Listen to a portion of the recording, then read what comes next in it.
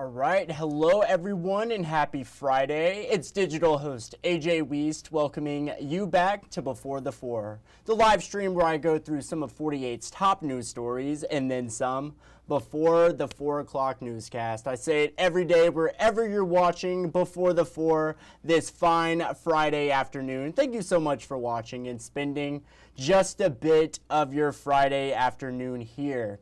Now, we got to get into the latest in the weather. A 48 first alert weather day has been declared to tomorrow. And tonight, 48 first alert meteorologist Chelsea Aaron will be streaming on the 48 first alert weather extra. We'll have all the latest weather updates and everything you need to know coming up as we progress into the weekend.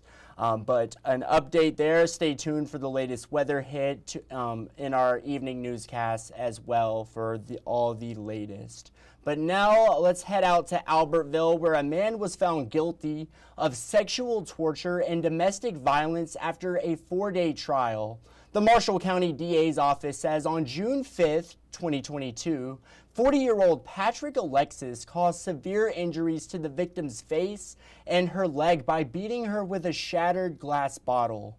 Now, officials also proved that on June 23rd, 2022, Alexis beat the victim and pulled out a gun before sexually abusing and torturing her.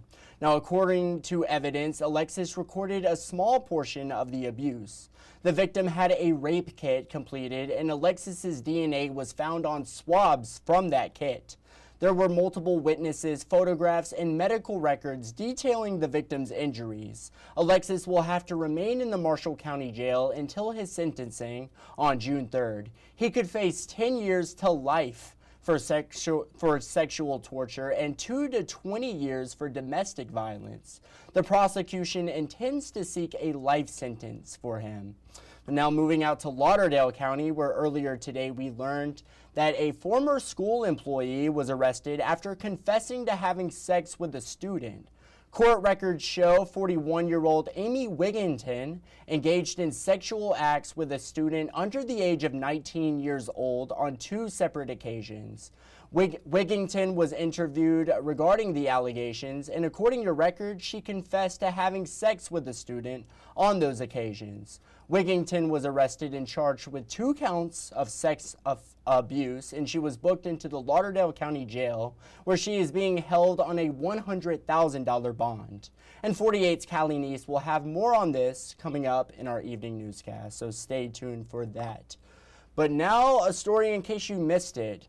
One Alabama lawmaker is pushing for a new bill that would allow high school athletes to be compensated for their name, image, and likeness. 48's Nick Ballinger reports. 3 simple words have been embraced at the collegiate level over the past 4 years: name, image, and likeness, or NIL. Since NCAA approval in 2021, collegiate athletes have been profiting off their name, image, and likeness. An Alabama representative is pushing a bill to bring that privilege to Alabama high schoolers. How do we move the state forward and get out of this ideology of this how things used to be? Change is a good thing. One local coach says the state should tread lightly. Right here, team 1. I think we got to have the right model, because we don't want it to blow up and then try to get it back under control, which I think what happened with NCAA. Name, image, likeness, it's all pay for play, and everybody's entering the portal. So I think if that's how it would be in high school, I wouldn't be a fan of that. Jared Smith is the head coach of the reigning state champion Bob Jones baseball team. He's coached players who would have profited from NIL deals, like the current Mississippi State freshman and 2024 Mr. Baseball, Braden Booth. He says if Alabama doesn't move fast, the state could strike out on the best players. But I think we got to mimic somewhat what the surrounding states are doing. Eventually, we'll lose players to states nearby that have it. Only 9 states in the country don't allow high schoolers to profit from NIL deals, Alabama included. I don't want Georgia schools coming and trying to get my best player because they can get paid $1 million from some card company.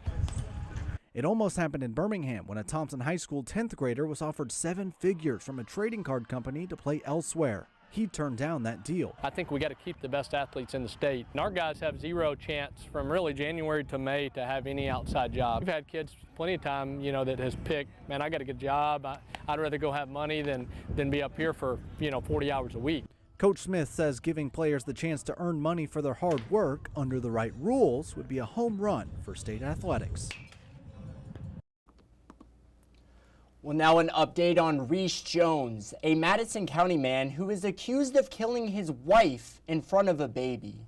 48's Noah Cowell yesterday was at the Madison County Courthouse yesterday afternoon and has more.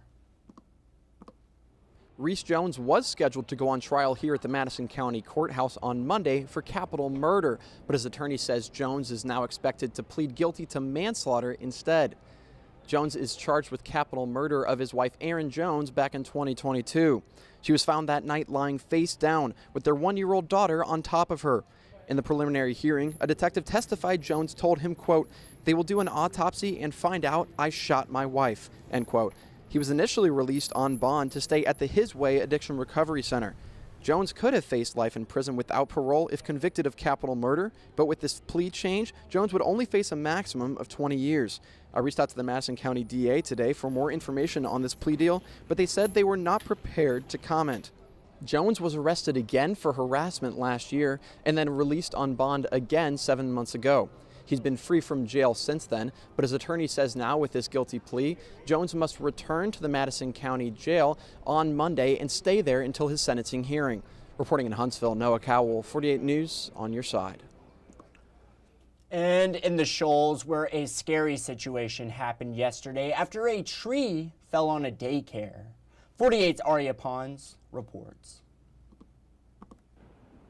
This tree right here behind me, I'll step out of the way, fell into a pre-K building while children and staff were still inside. Thankfully, no one was hurt, and neighbors along Northwood immediately ran into the building to help evacuate it. Chrissy Wayne and her husband Nathan say they were sitting inside on Wednesday afternoon when they heard the wind growing louder. Only a few minutes later, they both heard a loud cracking noise and saw a big chunk of a tree hanging out of the building right next door, the Focus Scope Pre-K. Nathan Wayne says there was one child upstairs in the bathroom close to the damage, and they actually had to kick the door down to get to them. But thankfully, every child was okay, and they managed to get them all safely out of the building. The Waynes say they want to commend the fast response time from first responders here and how kind they were throughout the whole process. The pre-K will be closed for the foreseeable future. As you can tell, it's still quite windy here, and that's what the Waynes are worried about. First responders told them that with the incoming weather, it could cause the tree to shift either further into the building or to the right toward their house. Reporting in Florence, Aria Pons, 48 on your side. And now coming up after the break, tariffs and its current effect on Wall Street, Trash Pandas baseball, it's back, thank the Lord, and saying goodbye to 48 morning anchor Haley Baker. It's all ahead. You're just not going to want to miss it, and I'll be right back in 1 minute.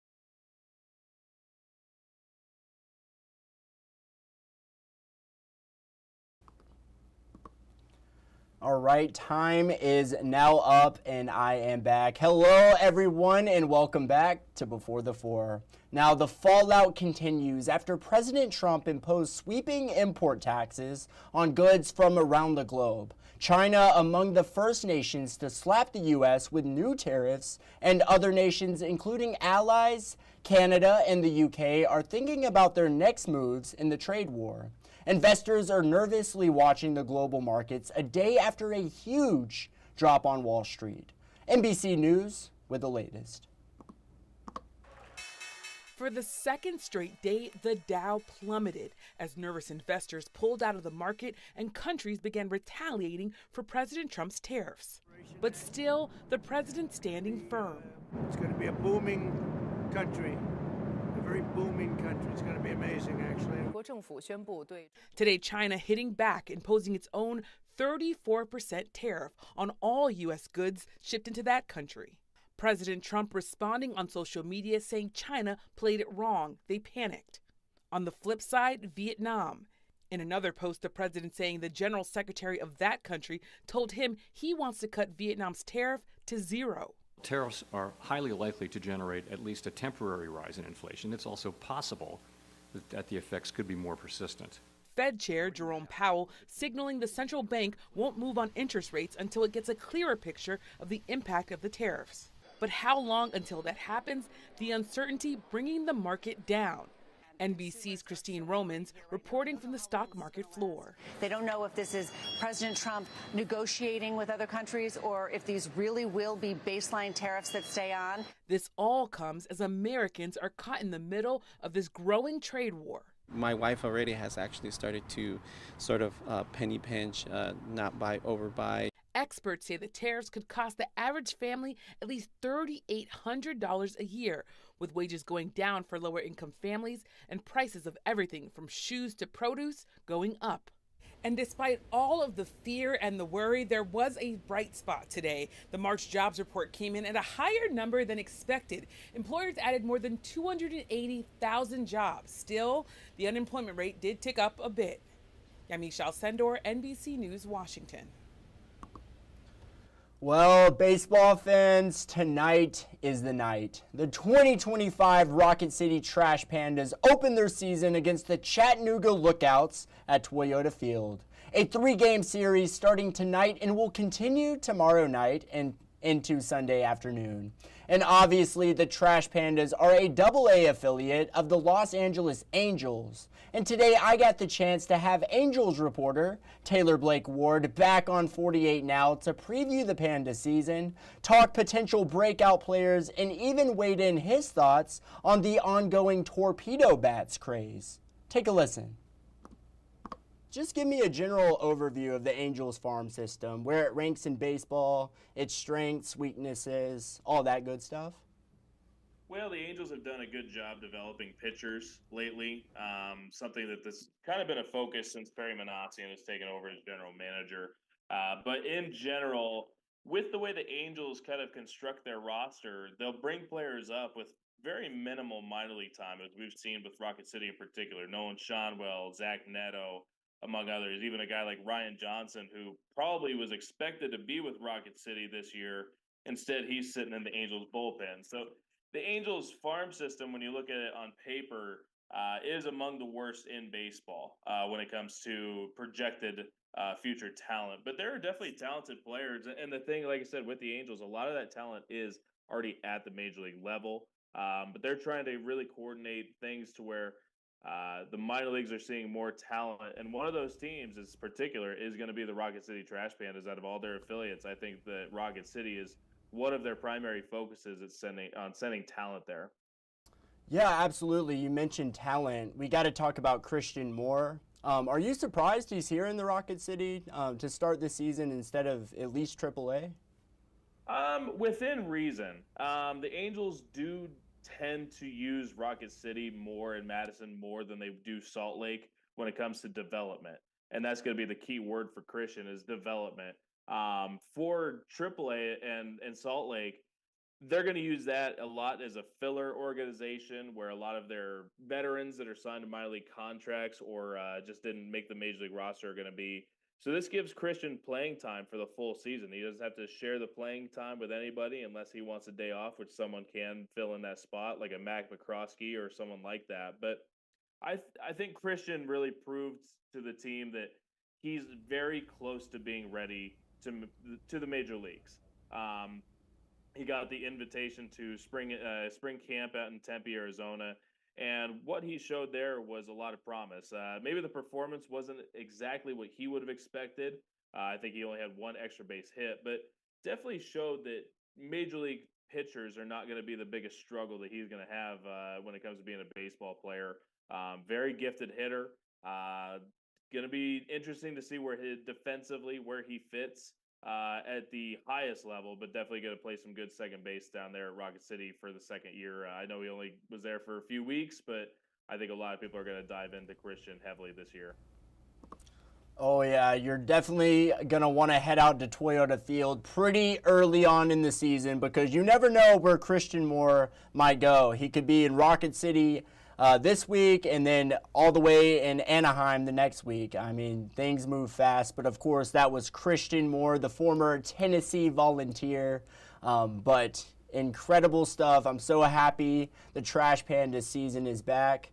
And I'm so happy spring is back. I am not a fan of those winter months. I don't know about you all watching at home, but I like it to stay warm pretty much all the time. That's just the way I like it. Maybe not Christmas. Christmas is like and New Year's is the one holiday where it's like, you know, it can be cold because it just fits the Christmassy vibe, the winter season. But yeah, baseball, spring, summer, I love it all.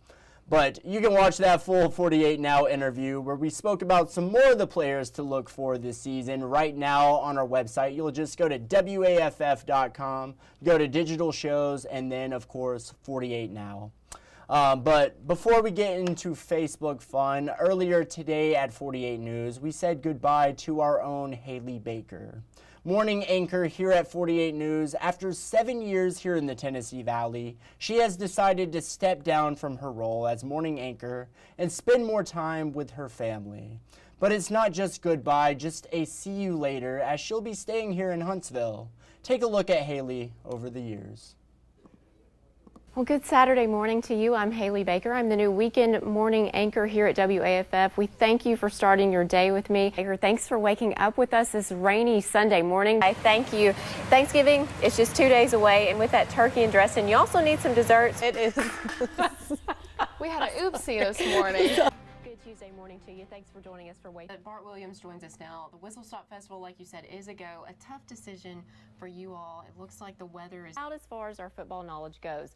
But for a Texas 4-year-old, the trivia is quickly becoming a way of life. Thanks for having me. You have some twist on some goodies, oldie but good. Thank you. Thanksgiving is just 2 days away, and with that turkey and dressing, you also need some desserts. It is. We had an oopsie this morning. Good Tuesday morning to you. Thanks for joining us for Waking. Bart Williams joins us now. The Whistle Stop Festival, like you said, is a go. A tough decision for you all. It looks like the weather is out as far as our football knowledge goes. But for a Texas 4-year-old, the trivia is quickly becoming a way of life. Thanks for having me. You have some twist on some goodies, oldie but good. And of course, Haley will be greatly missed. Now, time to head into Facebook fun, and of course, we are launching our brand new chat right here. The 48 Facebook question of the day. Actually, let me take that out real quick. What is the first record or CD you ever bought yourself? And let's hear it. I honestly do not know if I can remember the first record or CD I bought myself, but recently I can say the first record, I think. I recently got a record player for Christmas, and I have been collecting records. That's been my new hobby. It's so much fun. And which one was the first one I bought myself, actually? I'm going to load up some of these comments while I think about them. Let's see. Steve Journey said Leonard Skinner, Michael Jackson, Thriller album. That is another classic.